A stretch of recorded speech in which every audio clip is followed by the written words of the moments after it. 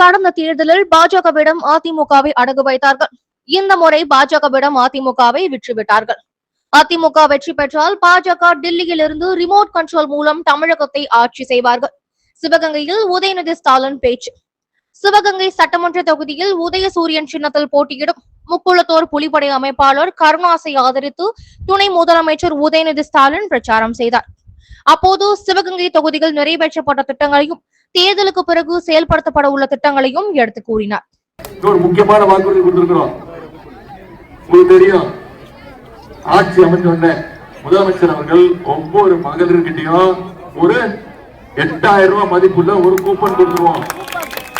நீங்களே போய் கடையில உங்களுக்கு பிடிச்சமான பொருள், வீட்டுக்கு தேவையான அந்த மின்சாதன பொருட்களை நீங்களே வாங்கிட்டா, டிவி வேணா டிவி, ஃப்ரிட்ஜ் வேணா ஃப்ரிட்ஜ், வாஷிங் மிஷின் வேணா வாஷிங் மிஷின், உங்க விருப்பம், உங்க சாய்ஸ் முதலமைச்சர் சொல்லிட்டாரு.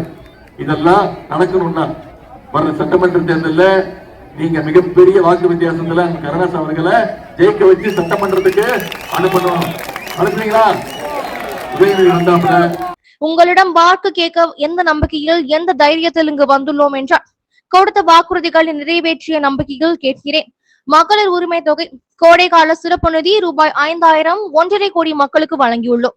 காலை உணவு திட்டம், மாணவ மாணவியருக்கு கல்வி உதவி தொகை, புதுமை பெண் திட்டம், தமிழ் புதல்வன் திட்டம், 10 லட்சம் மாணவர்களுக்கு லேப்டாப் திட்டம் என எண்ணற்ற திட்டங்களை எடுத்துரைத்தார். டெல்லி அரசு நமக்கு ஏதாவது உதவி செய்திருக்கிறார்களா? நாம் கேட்கிற நிதியை கொடுத்திருக்கிறார்களா? கல்விக்கு உள்ள நிதி வரவில்லை. ஒன்றிய அரசு பட்ஜெட்டில் தமிழ்நாட்டிற்கு என்று எந்த திட்டமும் இல்லை. மோடியும் அமித்ஷாவும் தமிழ்நாடு வருகிறார்கள், நிதியோ திட்டமோ வருகிறதா என்று கேள்வி எழுப்பினார்.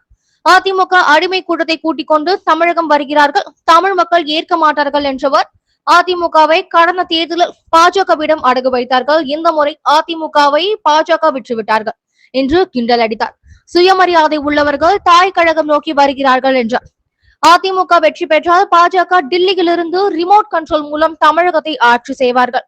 எனவே மீண்டும் திமுக நல்லாட்சி தொடர 19 நாள் பிரச்சாரத்தை தீவிரப்படுத்தி ஒவ்வொரு வீட்டுக்கும் ஒவ்வொரு வாக்காளரையும் சந்தித்து ஏன் திமுக வர வேண்டும், ஏன் அதிமுக வரக்கூடாது என்பதை மக்களிடம் கொண்டு சேர்க்குமாறு தொண்டர்களை உதயநிதி ஸ்டாலின் கேட்டுக்கொண்டார்.